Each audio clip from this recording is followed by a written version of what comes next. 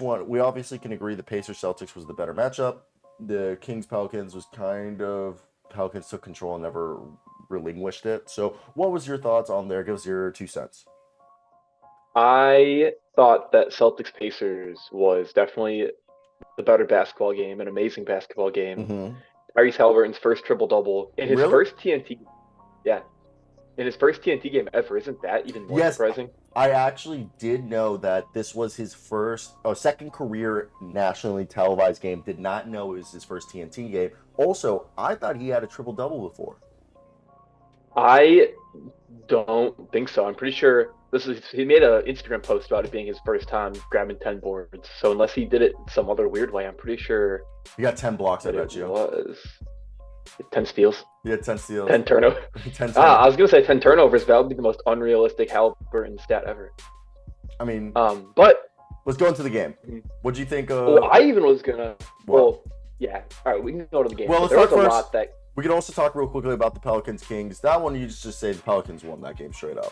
They had But there was control. a lot. There was a lot that caught my eye in that game. I thought that Herb Jones was really aggressive, and he hit at least three threes in that game. And Jose Alvarado looked fresh and healthy. I Trey mean, Murphy hit some big shots. the Kings lost that game because anybody not named Sabonis, Fox, or Malik Monk really didn't give them any offense, if we're going to be quite frank. It was literally Yeah, Malik, Fox, and Sabonis. Everyone else was just there. But Keegan Murray was hot in the first half, and then just, re-aggravated the back injury that's cost him the oh, past 3 games. is that why he went pedestrian on us? Yeah, Okay, that makes so much sense. I was wondering, I was like, why is he like so pedestrian? Like in terms of like how he was super aggressive. Must have been on that dunk we saw. I think it was trying to defend Brandon Ingram, and he like went up to contest and tweaked it. Oh damn!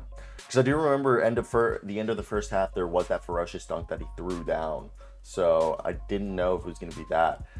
But let's go ahead and let's get into this Pacers game. Okay, so the Pacers game last night was one that I we'd have to say was a bit of a doozy in terms of going back. You really didn't know who was going to win this game.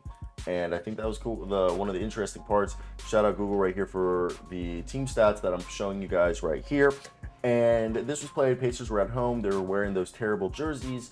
And just looking at this, the Celtics, a team who's typically one of the better three-point shooting teams in the league, could not hit anything. And then you look at the freaking, they took basically the same amount of threes. 41, the Celtics, 40 respectively, the Pacers. The Pacers hit 19 out of 40. They could not fucking miss tonight.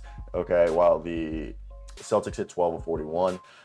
Also, free throw line. That was a big thing that I brought. There was when I made my video last night, the Pacers only had 6 turnovers to the 17 turnovers that the Celtics had. The Pacers also only had only 15 personal fouls on them, and those fouls only led to 12 total free throws in comparison to the Pacers having a total amount of 21. With, like you said, Tyrese Haliburton having 26, 13, and 10. And the second best player last night was either I would say it was Buddy Hield. Some might say it was Miles Turner. But what was your thoughts so far? Let's hear your 2 cents.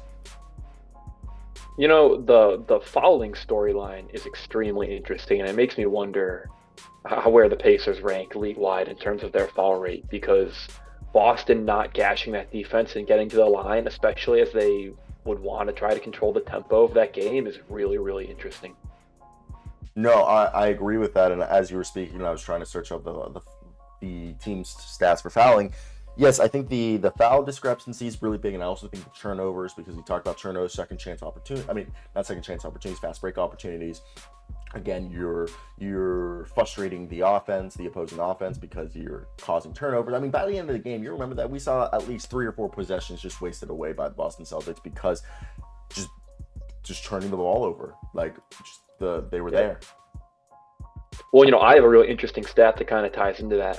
Among all qualifiers, Drew Holiday is leading the league in turnover rate in the pick and roll. As the offensive initiator for Boston, he's been terrible this year. All right, you ready? You ready to hear league leaders in personal fouls? Right here. I'm not going anywhere. Yeah. What? Go. I'm ready. What'd you say? Why'd you say I that? said I'm not going anywhere. You Uh, said, "Are you ready?" And then you paused. that's a good joke. That was the dad joke that went over my head. That was good. That was good. I didn't pick that one up. Mr. Elstro. He looks like an actor who just who's trying to hide from paparazzi. Dodges I'm the too famous. paparazzi. Yeah, he's like, I'm too famous. He's like, I just wanted a fucking coffee today. He's I like, love it. he's like Josh Hutcherson after he starred in the Hunger Games. He's like, I just saved Katniss. I just saved Katniss. Yeah, word.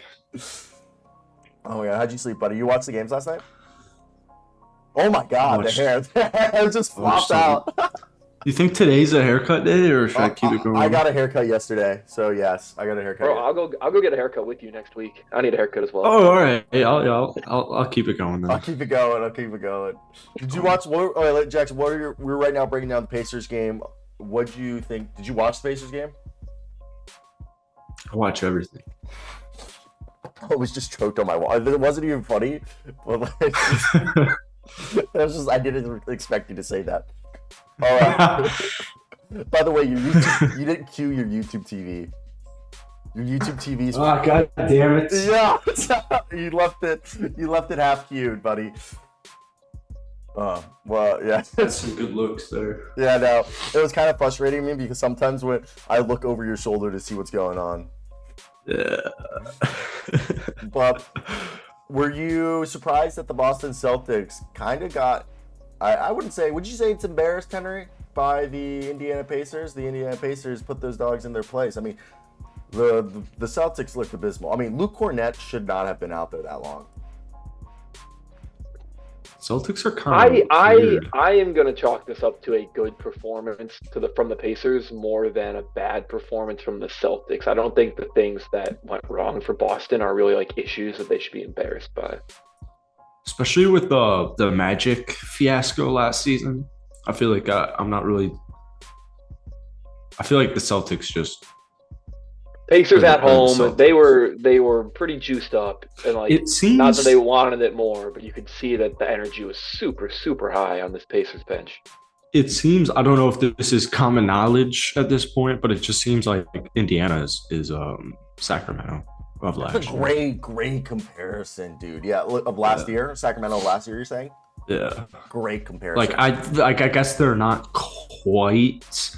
Well, their offense is, but they're historically the number. Haliburton's Fox. They don't have a Sabonis. Miles Turner, or are we? No, yeah, they got a. It's Haliburton, bro. Haliburton is a single, so heliocentric offensive engine. They're a Sabonis away. Yeah, they're a Sabonis away, but yeah, they're one badass team. I think it was more of a Pacers win than a Celtics loss, but I think. Good way to phrase that. Honestly, I think Indiana might just win it all. I guess they only have to win one more game, but I guess Indiana or two more games. I guess Indiana is my pick now to win it all. Just win two more games. But I think Tyrese Haliburton's just pretty much. I think a lot of us know he's a star, but I think is he top 5? Everybody knows he is. Is he a top 5 point guard? Easy. Who are we putting in front? Ja, Freddie Double V, KPJ, Kobe White. I like how Jackie you inadvertently went with my bit. I said Ja as a joke, but then you said Fred VanVleet, KPJ, and it kind of went well. But I was joking. Wait, Ja's a joke? I don't know if he hasn't played this season. I'm saying this season. So, yeah. I mean, Ja's 28. Like stat-wise? Yeah, what's Ja's stats? 28, 7, and 4. 4 rebounds, 7 assists, 28 points, right, Henry? Yeah. That sounds right. That sounds right. Sounds close. For John Moran. I mean, the only point guard I'm really certifiably putting over Haliburton. Man, that's even Stephen Curry. Yeah, Stephen Curry's better, much better. Steph is the one. Luka Doncic. No, Luka Doncic. Luka Shea. Well, I wasn't sure if we're going to count him as. Are we counting Luka Shea as point guards? For sure. If they're both point guards, they're in front. I think Shea's more difficult. Shea's more difficult. Shea's more kind of like a combo. Like he's whatever you need him to be. Yeah. Those are the 4, though. Those are the 4. I think that they are kind of in a tier of their own right now. Yeah. Maybe Ja. Maybe Kyrie.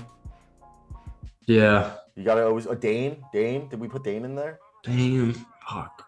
Well, Tyrese is at least getting us thinking that He's in the top 10. He's right definitely in up the top that. 10. He's definitely in the top 10. Ja's 26, 6, and 8. I'm putting him over Ja. He's If we're doing just for the season, I'll do Tyrese right now because Ja hasn't played, but I can't. Ja has more body to Yeah, him. it's a little. Yeah. Like, I mean, at the end of the day, if you're leading the best offense in basketball, you never turn the ball over, and you're raining in threes. He's the closest thing to Steph of the next generation. Ja's led his team to back-to-back second seeds. Sure, And but in you his know, rookie contract. In his rookie Haliburton contract. is 27 and Yeah. 11. Or 12, sorry. 27, 4, and 12. Who? I mean, that's Tyrese. We also forgot Trae Young's in there. Trae Young's averaging like 13 assists and like 30 points this season. yeah. Haliburton's better than. Not a better Hell, passer. please. I think Trae Young hands down best passer in the league. Yeah, Trae Young. Yeah, I mean these are the two. I haven't Yeah. watched a Hawks game in decades. Can we talk about something though?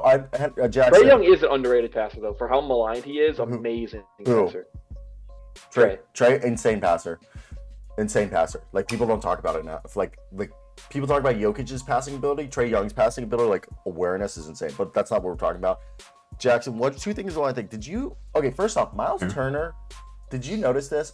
I was telling Henry, I felt like Miles Turner at times was a little bit soft